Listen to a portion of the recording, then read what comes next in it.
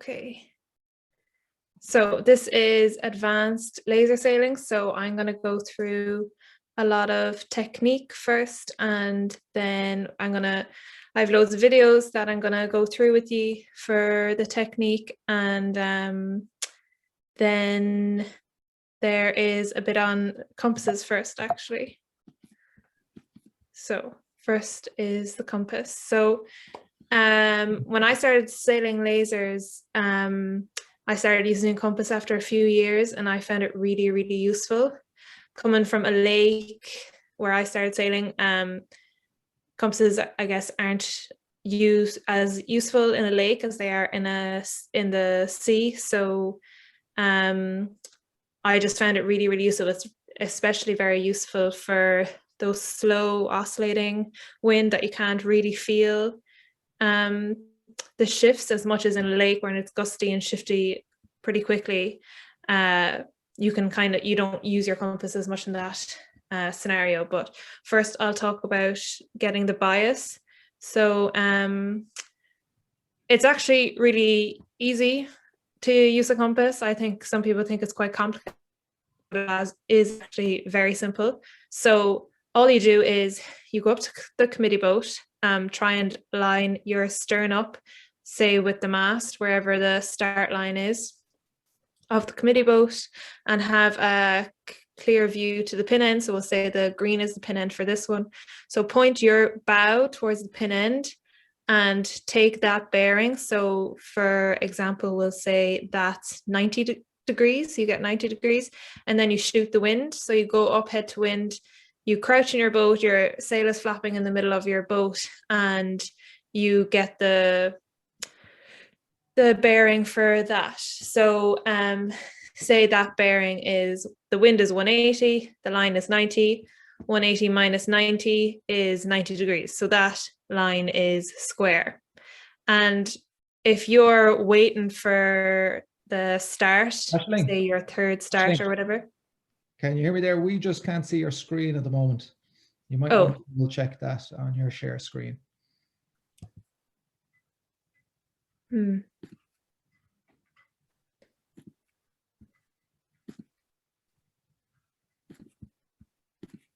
There you go. Now it's coming up. Yeah, there you go. Okay. That's brilliant. Okay, we'll put it up here. That's okay now? Yeah, that's perfect. Thanks very much, Aisling. Okay. So I was saying, if this green is 90 degrees and the wind is 180, 180 minus 90 is 90 degrees. So that means that the line is 90 degrees to the wind. So it's a square line. Say, for example, you are getting the bearing for the line and it's this pink one. So the bearing could be 80 degrees, we'll say. You shoot the breeze and it's 180 degrees. So 180 minus 80 is 100. So that means that it's a 10-degree bias. Or else you could do, say, you could pretend that this was 0, this was 10, and this was 90 degrees. So 90 minus 10 is 80 degrees. So it's just 80 degrees between the line and the wind. So that means it's a 10-degree bias. And it would be the same for this one. You get the bearing, get the wind. And so if it's over 90, it would be committee boat start. If it's under 90, it would be a pin end start. So it's really handy. I know you can get the bias without using a compass, but it's really handy to know the exact kind of in around degrees of bias, because if it's 15 degrees or if it's over 15 degrees, then you can pin start and cross. So you can do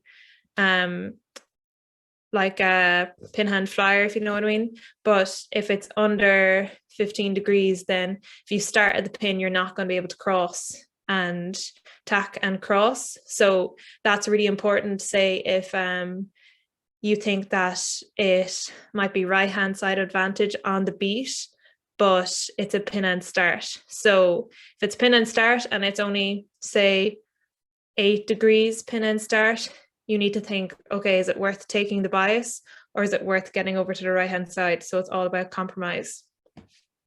And using a compass is really handy for your pre-start prep and throughout the day. So while you're sitting waiting for your start, it doesn't take too much energy to just shoot the breeze, and just so that's just getting your bearing for the wind. So you can see, okay, I'm going to do it every 3 or 4 minutes, try and do it every 3 or 4 minutes. And if you'll see the wind is changing from whatever, could be going 300, 310, and then back to 300, and then maybe to 295, something around that. So you know, like, okay, the wind is oscillating 10 degrees every 5 minutes. So if it's a 15-minute beat, that means there's going to be 3 shifts on the beat.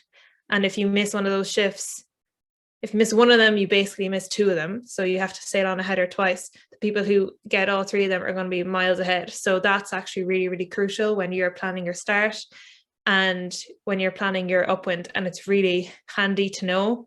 Now, I know it in real life, it mightn't be as simple as oscillations every 5 minutes, but it's something that is really good to get in the habit of checking where the wind is as often as you can. And it is like, you can check the wind just going upwind as well. Like, you get your number for on starboard and you get your number for on port, and you can do it that way as well, but it takes less energy to just go up head to wind. So that's all I have on compasses, but if anybody has a question at the end, they can ask it at the very end. So now we are going to talk about speed technique downwind. So I'm going to show you a video. Hopefully this will work. Downwind, first one.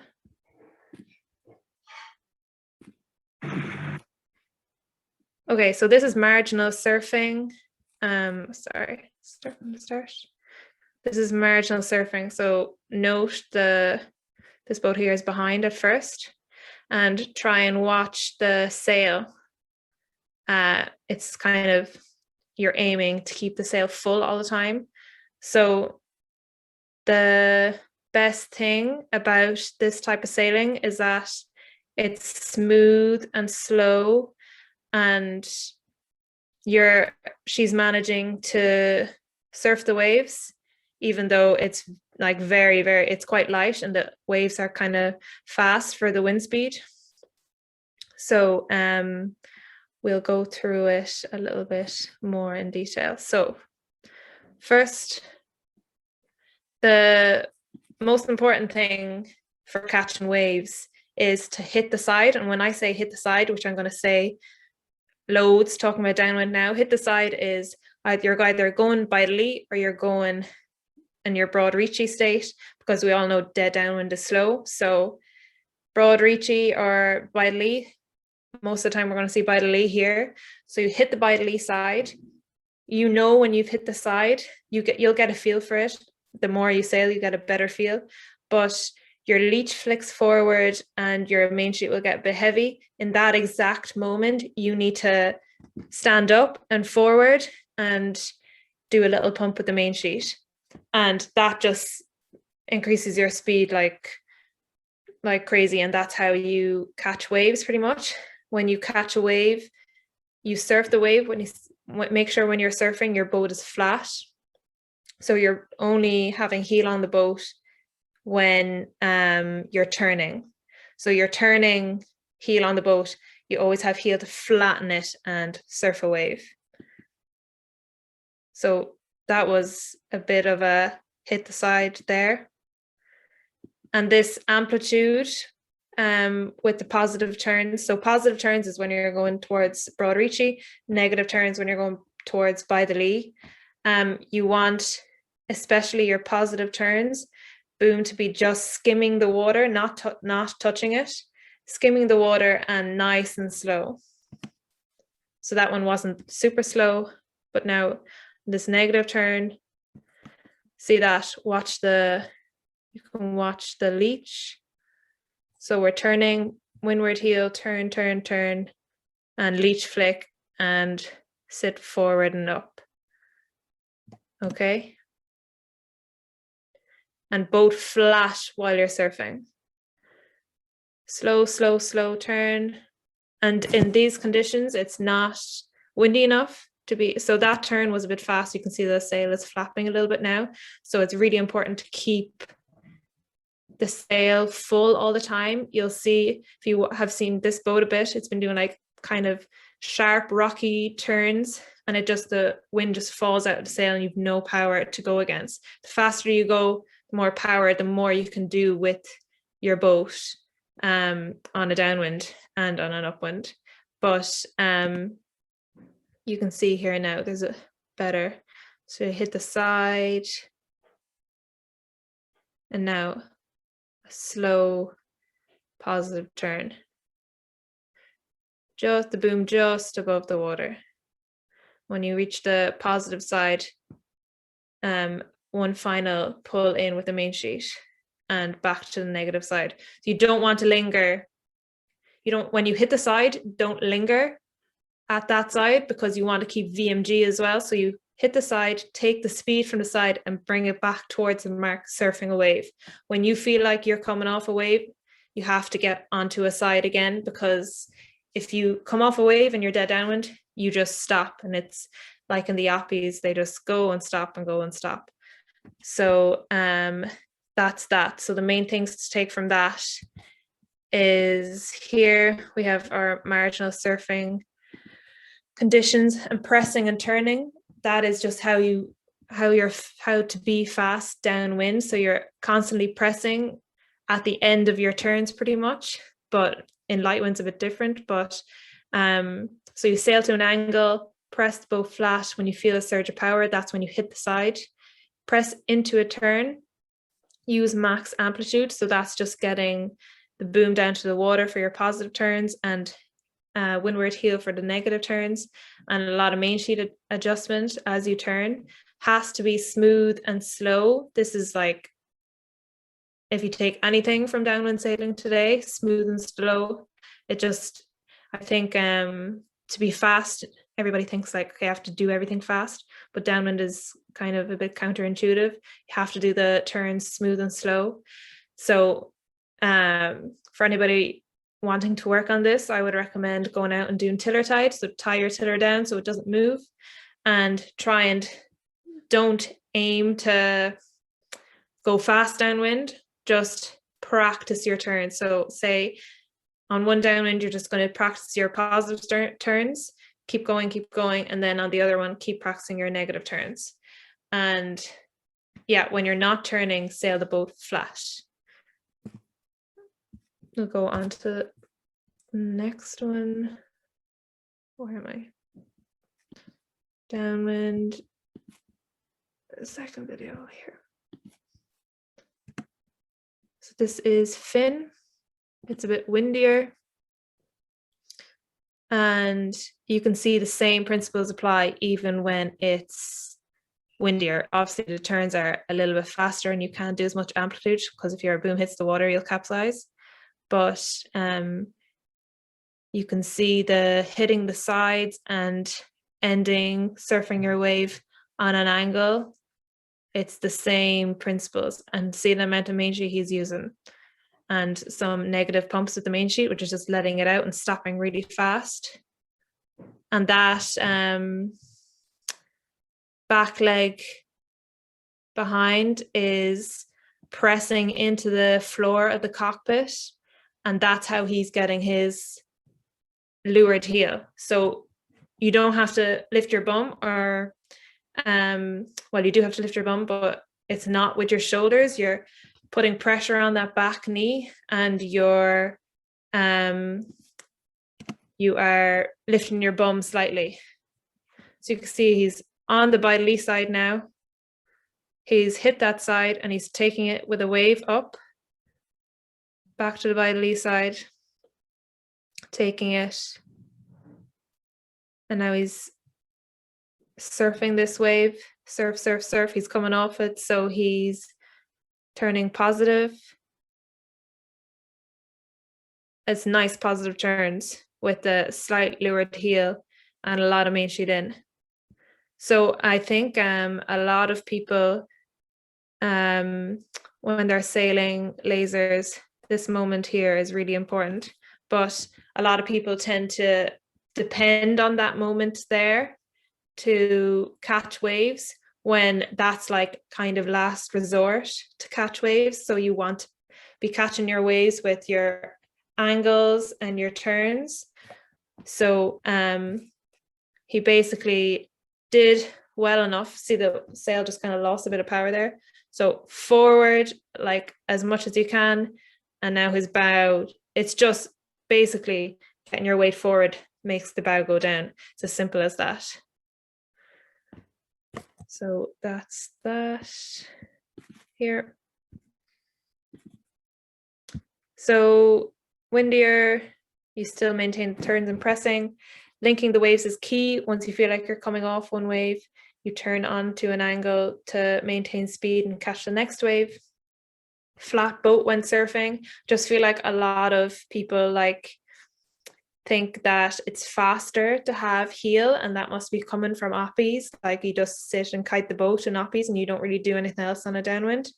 But in lasers, you have to think it nearly like, I used to think like the more boat I have in the water, the more a wave has to catch onto so that you get surfing a wave. So that final ouch, if you're close to not catching a wave, is pretty important. And one knee on the deck and lots of main sheet work. So we have this third video.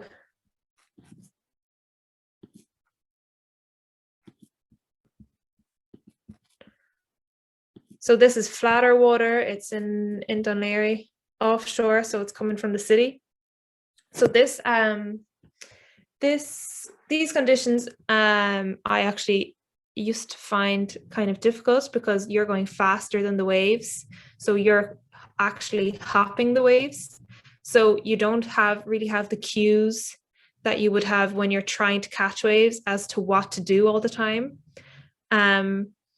So I found it kind of like you just have to be a bit of a workhorse and push yourself to keep turning and stuff, even though you feel like, oh, well, I'm surfing anyways, I don't really need to do turns. But you need to do turns to actually pass out the waves.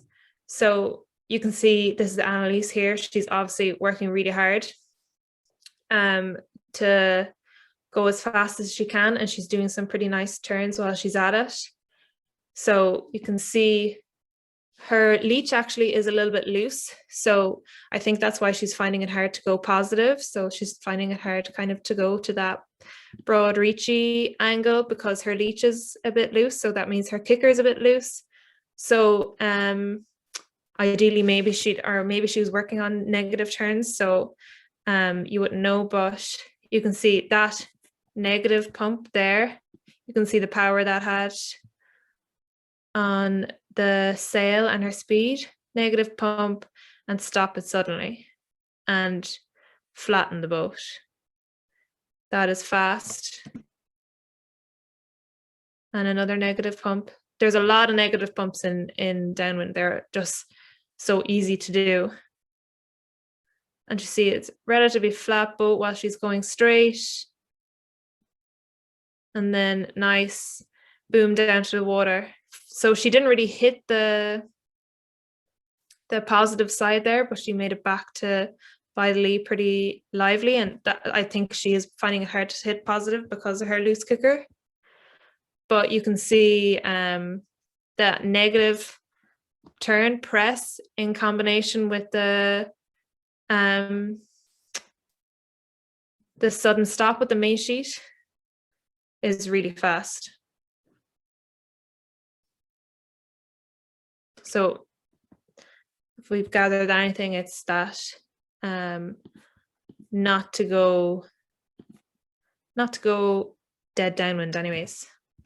So this is going to be a windy windy. Yes.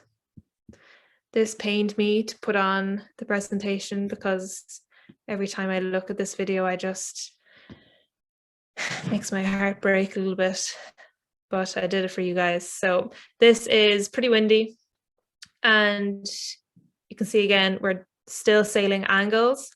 In windy weather anyways, you're far better off sailing angles, way more steadier. Actually, the faster you go, the steadier you are, even though it might seem a bit scary.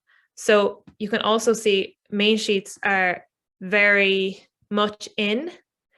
Your main sheet could be at 80 degrees, but your leech with the kicker off is going to be at 90 degrees. So that's why you can never have your main sheet out at 90 degrees in really windy weather. You'd have it obviously in lighter weather because your leech will be at 100 then. So you need to have your main sheet in higher. Body weight back. So, and adjusting that main sheet all the time. So we're still sailing angles. Now that's the moment, that is the moment that just kills. It's like that oppie, you're going forward and then you just go backwards when you don't hit a wave, when you don't catch a wave even. So we're going fast here, surfing, we're staying positive, and there's a decision moment that comes up here. It was just back here that I had a decision to make that I was either going to continue going more positive. It was around now. I need to either go positive or go negative, but I kind of didn't make a decision. So I end up just not catching any wave. And the wave just goes from underneath me and I go backwards. Me and Aoife there were pretty level. And you can see by the end of it, she's a good few boat lengths ahead of me. So that's one missed wave is probably 10 boat lengths. So then I catch a wave fairly lively after, but I end up going quite far to the right here to get my speed back up again and get back in a groove again. And I can make it back here surfing waves, but you'll see now in a moment that Aoife here, yeah, it's probably about 10 boat lengths. So that's a cost of a wave, one wave on a downwind. In a race, if you lose 6 waves, that's 60 boat lengths compared to somebody who hasn't lost a wave. So really, at the top level, you can't afford to miss any waves downwind. And for sail setup, it was pretty honking here. So actually my outhaul was kind of tight. Same with Aoife. Kicker is it's not loose anyways. It's relatively tight for a downwind.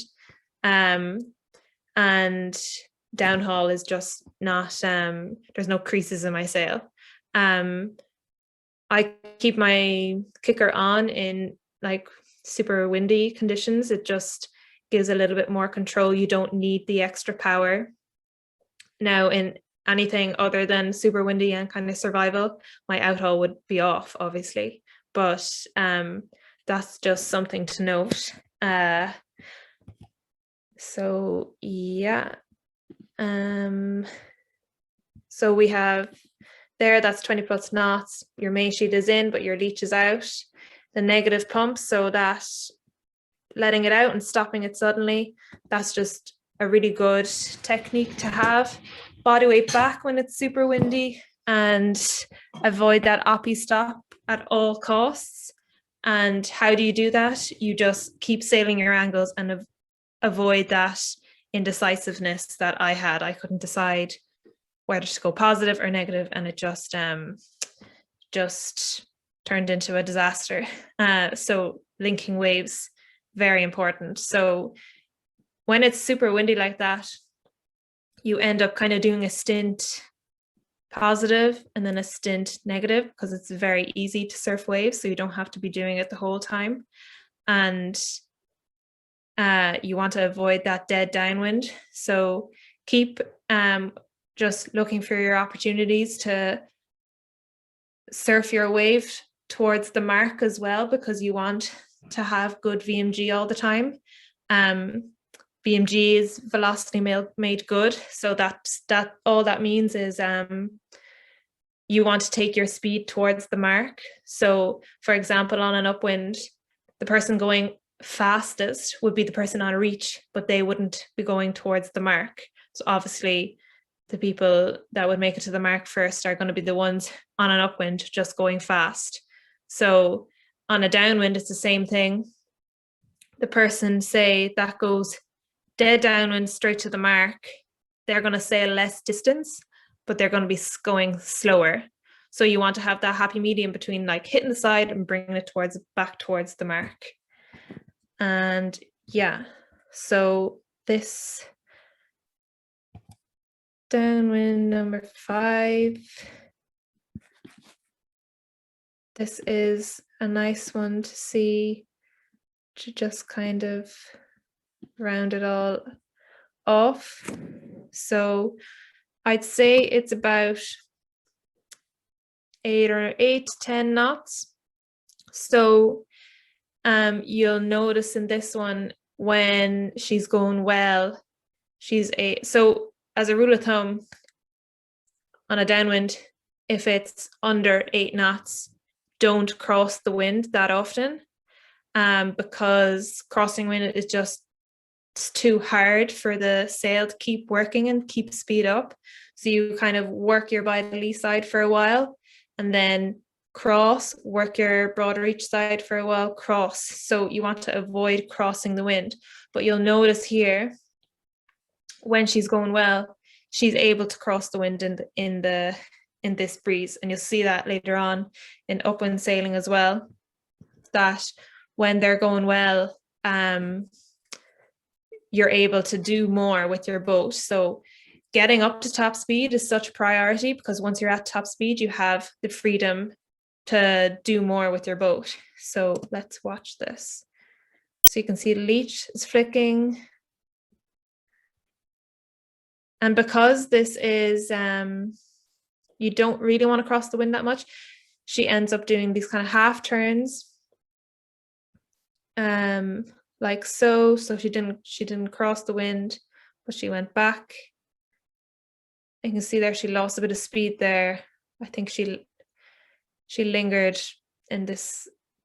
She didn't hit the positive side. She kind of lingered there for a while, and now she's back trying to go again.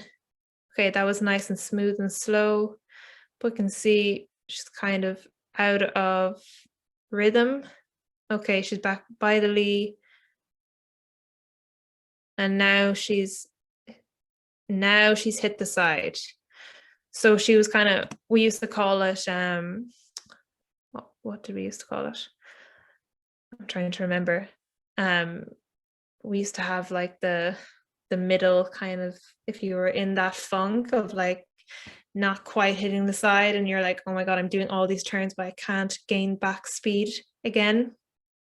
We used to call it the middles, I think. And you were doing your turns, but you weren't going far enough to hit the side. Sometimes if you think like, okay, I'm not fast, you need to reset, take one deep breath and just go to a side, hit it, take that speed, even though, okay, you're going to sail a boat length more distance, but in the end, it's going to be better because your speed is going to be up, and then you're going to have more freedom to keep going. So that is, it's just so important to hit the side, especially in these conditions. So you can see she just was like going side to side, but not quite hitting the side. And now her speed is up. So she, this positive turn is really, really nice. And she's able to cross the wind, and she hit the side that time as well. So you'll see there, she hit the side and got it there, and then did another like little pump.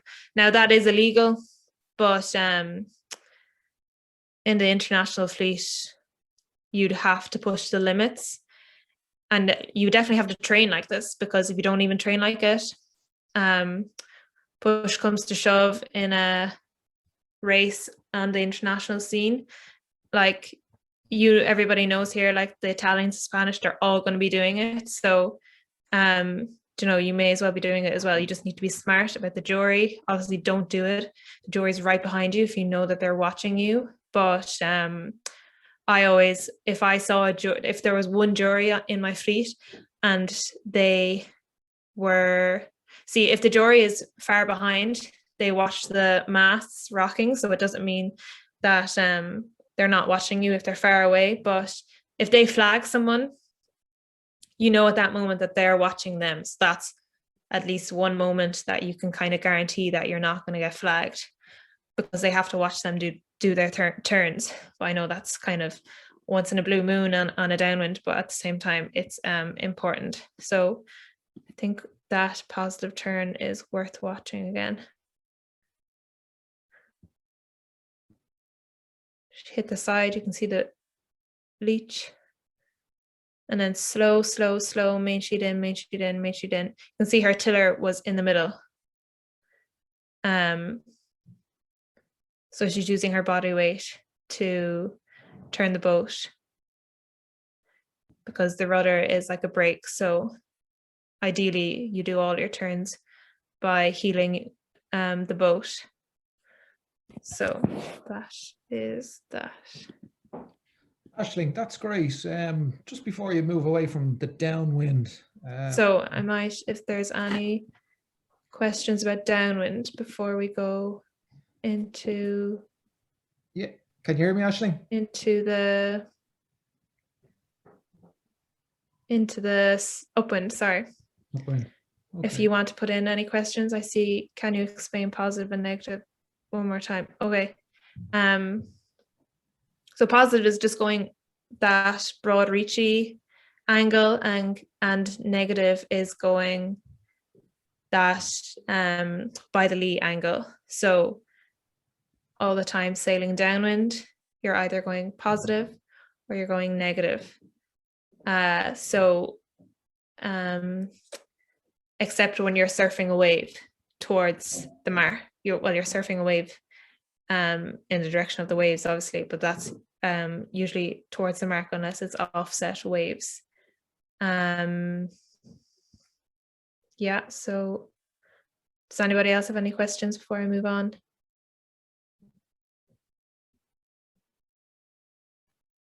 Sure, we'll have time at the end anyways. So, okay, this is our speed technique upwind. This little diagram helped me when I was sailing a lot to kind of understand why I should be doing a certain technique upwind. So this is a wave, like a big swell, and all these little things are your laser. So, and the force of gravity is down here. So I want you to think of it like a hill. So you're going uphill, it's flat at the top, and you're going downhill. So you have the trough of the wave and the peak of the wave. So down here, you're about to go uphill, and you're just after, say, coming on a downhill. So your speed is up right now because you're just after the downhill. And as you truck uphill, your speed is going to go down. At the top of the wave, your speed is going to be at its lowest after the uphill. And once you start going down again, your speed is going to increase again. So this is important because of your apparent wind. So all the time sailing, you should be thinking about your apparent wind. Your apparent wind is just like if you're cycling and there's no wind, you feel wind against you because you're going faster than the wind. That wind against you is your apparent wind. Same on a downwind. When you catch a really, really good wave, you go faster than the wind, so your sail comes into the middle of your boat. The same applies upwind. So here we're going fast and we're about to go slow. So when you're going fast, your apparent wind is more in front of your bow. So faster you go, the more apparent wind you have in front of you. So that means that you need to have your main sheet in, and it means that you can't go as high as, say, when you don't have apparent wind in front of you. So as you're going uphill now and you're slowing down, your apparent wind is no longer going to be in front of you when you're slowing down. It's flicking to the side. So as it's flicking to the side, you can point up, and you're going slower.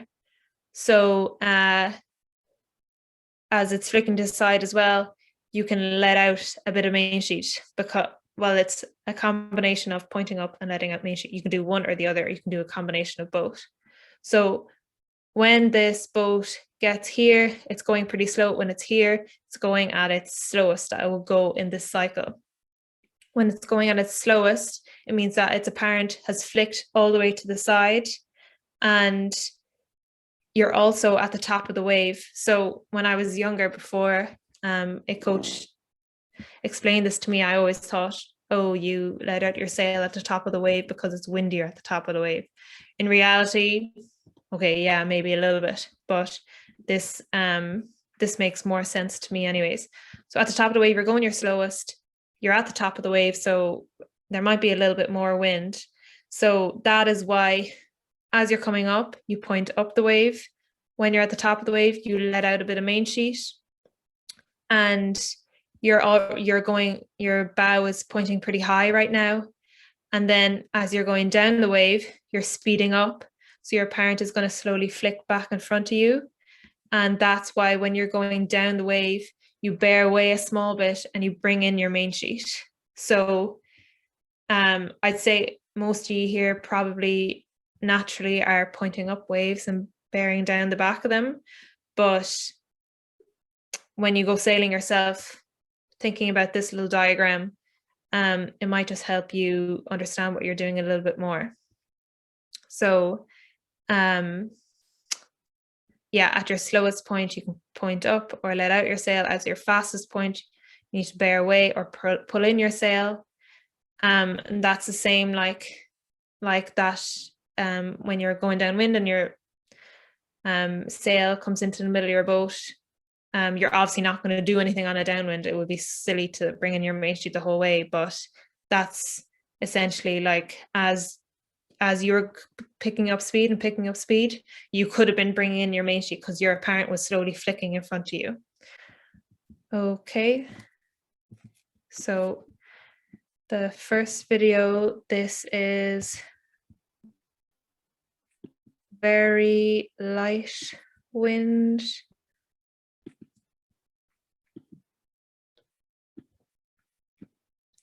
Okay, so there is a slight swell here as well that you can play with. So we'll watch this boat first. So she's sitting really, really far forward. This is really nice when she's pressing the boat flat with her shoulders. She's actually resting on her elbow here, because if you were to keep your elbow up like this boat and have your shoulders out, your abs, I mean, you get a good six-pack, but your abs do wear out much faster than if it was like this. So she is sailing a boat really, really flat, which is the fastest thing, definitely. A few people definitely like a few years ago, people were always sailing the boat with a bit of heel, but now everybody's sailing the boat flat. So as you can see, her kicker is a little bit tighter than this boat. I think it's definitely a bit faster. And you can actually see she's working the tiller a little bit with the swell that's here. Like she's bearing away and up, away and up, and flattening. There's a slight shoulder at the top of the little swell that's there. I know this is very, very subtle, but this is the very minor, the last 1% that people are looking for. So if we watch this boat here, so she's pressing as well, press, press, press, and then now she's super flat. So there's this thing called knifing in light wind, and she attempts to do it here. She does it for a while, but then she loses it. And knifing is basically, you're like knifing the wind. So it's really, really, really fast, but difficult to do. And the most important thing with it is knowing when you've kind of lost sync with it and to come back to your normal sailing again, kind of. So you kind of knife the wind, you go as fast, but you gain a lot of height. So they sail with slight windward heel, and you have to, so she's lost it. And now she's trying to kind of get back her speed, but she's borne away too much and didn't let out her main sheet, and she doesn't have enough kicker on. So she just lost all her speed. But when she was in a rhythm here, you can see like she was gaining height a little bit, and then I think her bow slapped a little bit, and then it was just game over, ball burst. And yeah, definitely should have had. Once you get in that rhythm of knifing the wind, you can bring in, like, it's like I was saying with the downwind, when you have speed, you have way more options of what to do. Once you have speed on a really light upwind like this, you'll notice that you can bring your main sheet block to block. Like here, she's sailing with it a little bit off block to block.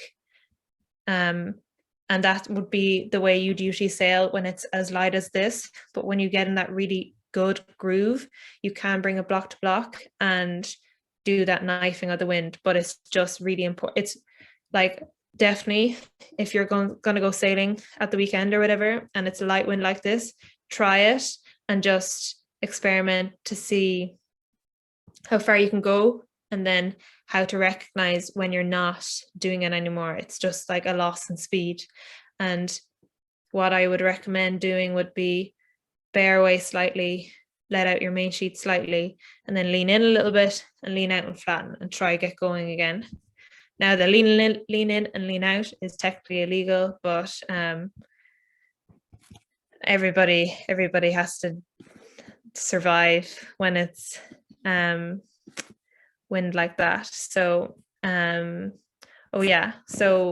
your sail settings, when it's super light like that, you want to keep your outhaul in, which might sound a bit odd to people because outhaul off means more power, but you can't point as high when you've outhaul off, and so you want a flat sail because you don't want the wind to have any extra resistance. It's already meeting this massive sail that it doesn't really want to go around. It wants to just go in a straight line wherever it ends up. So when it meets the sail, you want to give it the least resistance possible. So if you have a flatter sail, it gives it less distance to travel. So that's why you sail with a flat sail in light wind. So I used to always measure, well, I had marks on my boom, but say you could use your hand's length to have a look at where your outhaul was at. And there's that, like in the middle of the boom, there's that cleat, and you can just put your hand out to the sail and say it could be about, for that wind, it could be about a hand's width or hand's length away from the boom. So I wouldn't do more than half a hand's length. So pressing with the shoulders, really, really important. And basically that's like a bit of a trick to light wind sailing. You don't want to wait really until your boat is too heeled. You want to get experienced enough that you feel the boat wanting, like with the acceleration and wanting to heel a little bit, you feel it like very, very slightly, and you're always pressing, just pressing all the time, keeping that boat flat. And it's maybe like 5 degrees heel is nearly too much. You just say, if you do lose a bit of speed, then you can lean in and flatten and kind of gain speed again that way. But ideally you'd keep it flat and just keep pressing with your shoulders. So yeah, flat boat, except for the pressing moments when you've lost momentum, kind of the slight swell.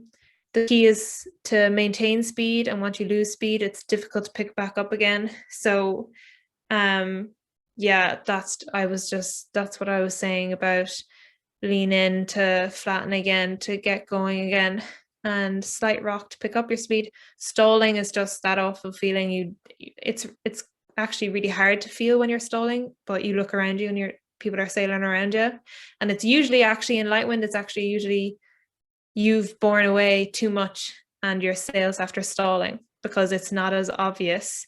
Obviously, when you go too high, your front of your sail is going to flap, so you have a cue for when you go too high, but you don't really have a cue.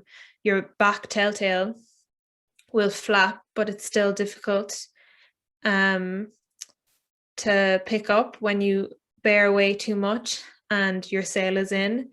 So that's what stalling is usually, and it's a difficult one to pick up on, but it's really important. Knifing, you must be at top speed to knife a flat boat or even slightly windward heel, and you need to know when you stop, and it has to be flat water, so you can't have your bow slapping really. So this video 2 and video 3, it's the exact same day, but you'll see 2 different techniques. So I'm going to show you both videos and we'll see. I'm interested to see which one you might think is better. So this is the first one. So we're watching this boat here. So it's choppy, light, difficult conditions. See her tiller movement and her body position. Tiller movement was nice. Pointing up, going up the wave, bearing away, going down the wave. You would have liked to have seen, she lost a bit of height to this. This is a Croatian girl down here. See the amount of space between them at the end. It wasn't really. The Croatian girl is a lot more dynamic with her body compared to this boat. So you'd like to see her pressing the boat flat kind of more urgently, and at the top of the waves doing a shoulder movement down and back.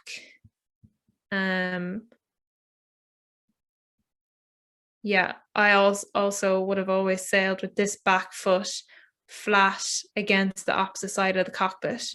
I have a note on that later anyways.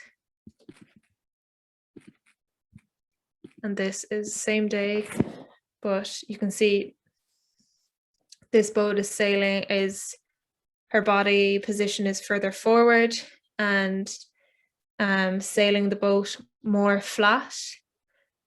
And she's actually holding her tiller behind her as well. That's in these conditions, that's more of a personal preference. You can feel kind of when you're using the tiller a little bit more. So she's she's block to block and steering up the wave and down the back of it. You would have liked to seen maybe I suppose the body position she's in is maybe a bit difficult, but you maybe would have liked to have seen at the top of one of these waves, shoulders down and back here now. So she lost a bit of an opportunity there to get more of an acceleration there. That was a nice opportunity to get the shoulders down and back and press it. So I want you to have a think there as to which one you think is better. You can just jot down yourselves and then we can have a talk as to why. So in the first video, we see more heel, body weight is a bit further back, and she's slightly more aggressive with her tiller movement. And the second video, flatter boat, body weight further forward, and smooth tiller movement. So you probably have decided by now which one you think is better, but I think the second video is better. It's better. So when it's choppy like that, when your bow can slap, you actually want to sit as far forward as you can. So the more body weight forward, the less opportunity your bow has to actually lift.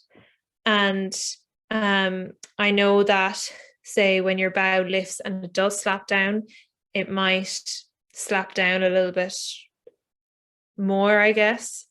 But you don't get that. You don't give it the opportunity to rise up the bow. So that's that. She was sailing a flatter boat. So actually, there wasn't that many times actually that the bow slapped. So you can sail with a flatter boat. Even like I think the days are gone really that people are sailing upwind with heel. When there's a really bad set of waves, people do sail with a little bit of heel, but far less than what people used to do. And she has more like smooth tiller movement. So with the waves in that one, she's just keeping her main sheet in, and she's using her tiller movement to adjust with the apparent wind and stuff like that. I know in small chop like that, it's very, like, it's not really a thing compared to when it's swelly, but it's still a good thing to have in the back of your head. So this is for that sort of breeze. The tips for that. So I just have a picture of Anne-Marie here. She is definitely one of the best in the world at the moment, and she's really, really fast in these conditions. So she's just in the hiking strap here. So you're kind of sitting on the edge. I know this picture isn't the most ideal because she's slightly hiking, but you want your back leg straight. So her back leg is straight across and under the grab rail or on the opposite side of the cockpit wall. So this is a really, really good trick. So if you have your back foot flat against the opposite side of the cockpit wall, you can press that foot and it flicks the leech straight away. And this is a way to flick the leech upwind without getting caught by the jury because your shoulders aren't moving. The jury will definitely flag you if they see you pressing and pressing with your shoulders and the leech flicking. But if you do it with your foot, they can't flag you. So your kicker is just taking out the slack. So you bring your main sheet block to block and just take the slack out of the kicker. Outhaul depends on the waves. If it's flat water, it should be less than half a hand's length. And if it's chop, you want a bit more power, so it's more than half a hand's length. The more resistance you face, which is just the waves, the more power you need. So that's outhaul, kicker, and downhaul. But in always if you're not overpowered, I would always have kicker unless it's really light. But in that medium stuff, I would always have kicker, just bring your main sheet block to block and take out the slack. Your outhaul, when you're in that marginal, when you're sitting on the edge, your outhaul just depends on the wind. But say when you get to marginal hiking, your outhaul is really important because you need to power up your sail as much as possible because you want to get in the hiking strap as soon as you can. So the sooner you get in the hiking strap, the faster you're going to be. And you can kind of make yourself go in the hiking strap by putting that outhaul off. So you want it just probably a little bit more than half a hand's length, because if you have it too much, you just won't be able to gain any height. So first hike off the grab rail. So put your back foot hooked under the grab rail and your front foot under the toe strap, but leg bent. So you can see her front leg is bent and her back leg is under the grab rail. Sail fully powered up.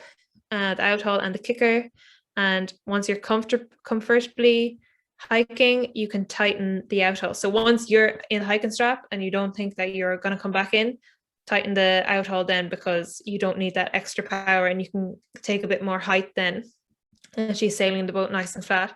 She is definitely the fastest in these conditions.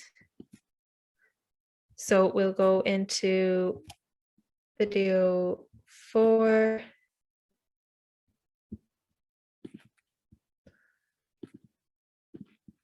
So we're looking, this is kind of mediumish wind. See, out haul is kind of off. Down haul is just taking the creases out of the sail, and kicker isn't super tight. You can see here the blocks at the back are pretty much vertical. So the sail is pretty powered up, and I'm just about able to handle the power of the sail. If it gets any windier, I'd have to put on a little bit of kicker first. So that's your wave technique there. You can see, sorry, so we're going to go back to the start. There's a lull here that I want to show you how I dealt with it. So obviously flat hiking, a lull comes on. So when this lull comes on, I don't bear away. I think a lot of people have a bit of an instinct to bear away, but you don't really bear away because it is that apparent wind as well is coming into this. So when you slow down, your apparent actually flicks to the side. So you don't really want to bear away, but you need to bring your shoulders up, and you can even bring them a little bit forward.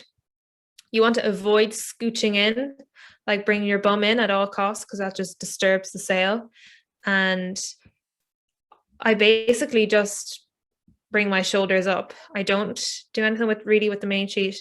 I don't really do anything with the rudder. It's just a note that you don't really want to bear away, and that means that you stall out, like I talked about with the light wind video. And coming into the gust there, I did a little bit of a point up and obviously shoulders down, and your lull again.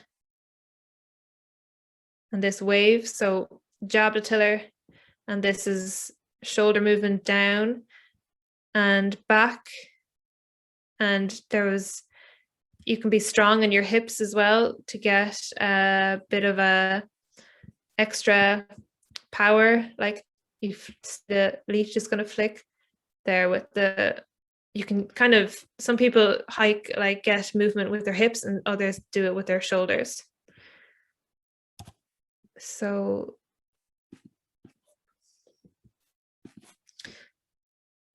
your sail's fully powered up, entering the lull, avoid scooching in at all costs. Just bring your shoulders up and avoid bearing away, and think of the apparent wind. When you're entering the gust, shoulders down and out. Oh yeah, the quick release and pull in of the main sheet for a readjustment. So that's kind of just like, you want to give your main sheet, your sail even, a chance to adjust and breathe a little bit. So you just let it out slightly and back in again, and you'll simultaneously point up in the gust. That's that. So this is windy video.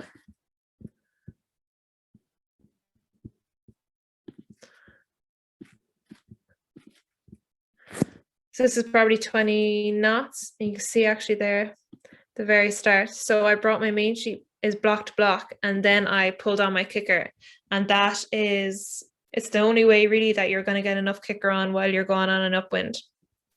You need to bring your main sheet block to block in order to pull on your kicker, because it's way easier, because you're already taking some of the pressure off by having your main sheet block to block. And you can see how tight the kicker is there, and the sail is completely flat. So out haul and down haul pretty much jammed on.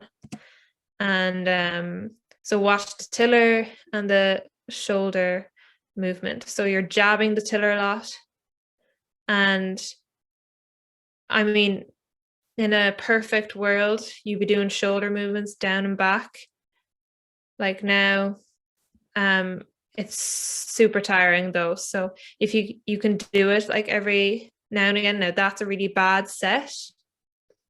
So after a really bad set like that, you want to kind of put the bow down and gain your speed back up again, because as I said, once you're at full speed, you can do more. So I'm just gonna say here, so it was a jab with the tiller, jab. Now I would have liked to have seen more shoulder movement back, but we don't live in a perfect world, so here we are. And then we have two kind of simpler styles. She just has her shoulders down and she's doing tiller movement. Now in that set of waves there, you would have liked if she kind of worked a little bit harder, I guess, but she works after it to get her speed back up. And you can see this is Annalise here. And she just keeps really good boat balance. Like windy upwind sailing is all about boat balance. You can see her mast just hardly moves. You don't want that swaying side to side. And she's just doing simple tiller movement up the wave and down the back of the wave, that jabbing movement, and little shoulder movements.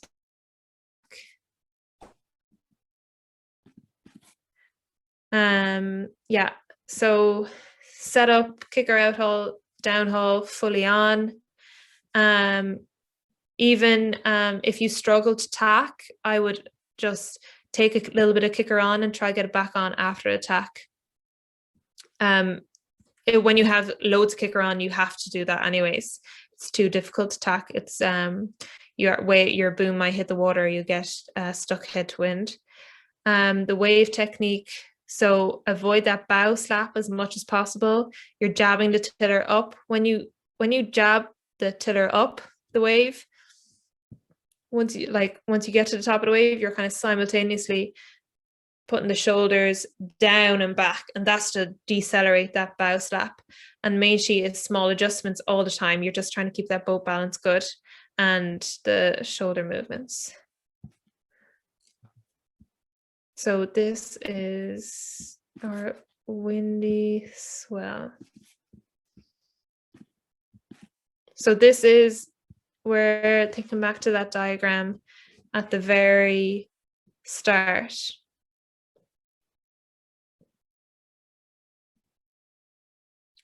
she's pointing up, top of the wave, a sail was out there, and down the back with the sail in, up, sail out and in,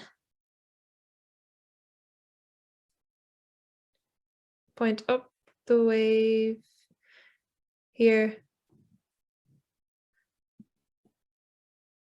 Her shoulder movement are like doing all the right things as well.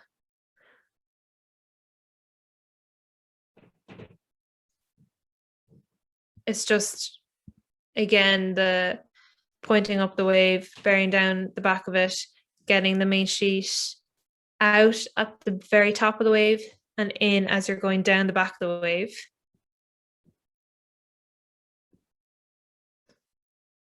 It's pretty fast there. And her boat balance was really good. So finally, we have our slow boat handling. So this video basically explains all of that. So I was showing one day out there, this is a really good exercise for anybody going training by themselves, kind of, and it's just trying to keep your bow at the mark. So this is crabbing. So you bring your boat head to wind. I put on a little bit of kicker. I turn up head to wind with some forward momentum, back the sail and jab the tiller quite aggressively towards me. Now, this is illegal, but I mean, everybody does it. Like, you get flagged for it, like, but you have to do it sometimes to get your spot on the start line. So that's kind of legal crabbing. So crabbing is when you back the sail and you jab towards you at the same time. Just the thing with crabbing, the difficult thing with crabbing is a lot of people end up tacking. So you need to have your boat flat and once you feel like you're going to tack, just let go of your sail. So I got some backwards momentum there by backing my sail, and I wasn't doing the tiller movement while I was backing my sail. So that's actually legal. So if you back the sail, get some backwards momentum, and then jab towards you until your bow comes off the wind again, that is legal. So that's illegal. And that's legal now when I stopped backing the sail. So they brought in a rule also that if, say if you have a gap above you and you crab to close that gap, you have to keep clear of the boat above, even though they're windward boat. So that's a turn up into a crab. So we'll go back to that. So the trick with the turn up, so I suppose everybody here has probably had that feeling of you're stopped on a start line, you pull in your sail and try to go, and then you just slip sideways. The reason for that is because you've tried to go and you've pointed up to try and go upwind, but you've no forward momentum, you've no flow in your foils. So trick is with this, you have to maybe eat up a bit of distance below you to get that forward momentum to be able to do turn up, to be able to point up. So first you're sitting head to wind, and then so here we're sitting just off the wind. So you bear away, do not pull in your main sheet. So you want to bear away with letting your main sheet flap until you're off the wind like this. Once you're off the wind, your boat needs to be flat and your tiller needs to be in the middle of the boat. So do not push your tiller away to point up. You need your tiller basically to be in the middle of the boat to allow it to get forward momentum. So I have some forward momentum, and then I'm able to push my tiller. That's basically like a tack, but you flatten it, back the sail, and crab, and you can see just the distance to the mark just disappears. And then you can also, if you have the space, you can kind of like I did basically a half tack there, and you eat up the distance, and it just means you have a massive gap and the person above you doesn't have a gap, so they're less likely roll you and you're more likely have a lot of room to accelerate. So here I'm going to go for a 2 tack, so you have that forward momentum. So the thing with the 2 tack is you don't want to end up over the line. So I back the sail before I go into the 2nd tack, and my boat is stopped on the line, and I've gained distance to windward. So that is that, and that is the end of the presentation. So if anybody has any questions or anything, you can throw them my way. Aisling, can you hear me? Aisling, that was great. Thanks very much for that. Have to say you gave some great tips there, especially for the downwind sailing. Slow and smooth, and then slow and smooth wins the race. Wins the race, and then don't worry about it. Lots of us have heartbreak moments when it's 20 knots plus. So yeah, don't worry about that. Catching the waves is not too important to all of us. Surviving is important, you know. Sometimes, but no, I have to say that was great, and I picked up some stuff as well on the upwind stuff in terms of the boat balance. That was quite clear. Keeping your mast as straight as possible makes a big difference. And then, as I say, I can agree with you in terms of the waves. I get confused as well on which way I go up or down a wave. But as I say, we all need to learn, you know. So Yeah. just if there's any more questions, people stick them up there. If not, I just do have one question for you going downwind, and that's just your leach. I'll say your pump on your leach. Is it important to pump that leach when you're going downwind, or what is? Yeah. I know when you're what you call it a negative motion. Is that when you want a negative motion, as in going more downwind?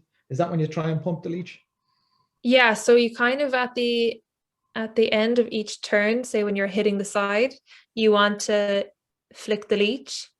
It just gives the boat a bit of acceleration. So the easiest way to do it is go by the lead and just let out the main sheet and stop it really suddenly. And throughout your downwind, like the best guys will be doing that constantly. Not in light wind. Now this would be like medium to windy. But it just is like an essential part of making the most out of your turning in the downwind. So when you hit the side, it's like the cherry on top is to do that negative pump and flick the leach and then bring that speed back to VMG or onto a wave. So back to VMG. So that means you point towards the mark as much as you can. Is that correct? Yeah. Indeed. Yeah. Okay. That's great. And then in terms of upwind, so you say that the last few sessions we were out, now it was a long time ago. I always remember the coach telling me to try and, how would you say it? When you're going upwind, slightly lean to not to windward, to leeward. Yeah. You say that technique is gone now, so you're trying to keep the boat as flat as possible now. So flat is more efficient. Yeah, flat is fast these days, and it's everybody has, like when you're sailing, most people now, when they think their boat is flat, it isn't flat. So if you're sailing and you could just, if you're going to go sailing this weekend with somebody else, you could ask them to just sail behind you and ask them, like, is your boat flat now or not? And you try to keep it flat, and they'll probably tell you, actually, no, it's like 5 degrees heel. So getting used to the feeling of flat takes some getting used to. So sometimes you can feel like the boat's falling on top of you. Yeah, when you first start sailing the boat flat, it feels like windward heel. Okay, we have a few questions here. First one from Patricia Kelly. Thank you for that, Ashton. Can you please give us some good exercises for this weekend to practice light wind technique, as the forecast is quite light? So that last video I showed you, keeping your bow at the mark, that's a really, really easy one to do by yourself as well. So you can practice your crabbing, you can practice your two tack, you can practice your turn-ups. So this will be recorded anyways. So maybe just before you go out in the water, you can look at that video again and just try and replicate that when you go out. And there's loads of marks in Dunleary Harbour, wherever you're sailing. There's usually just lone marks that you can just use for 40 minutes or whatever.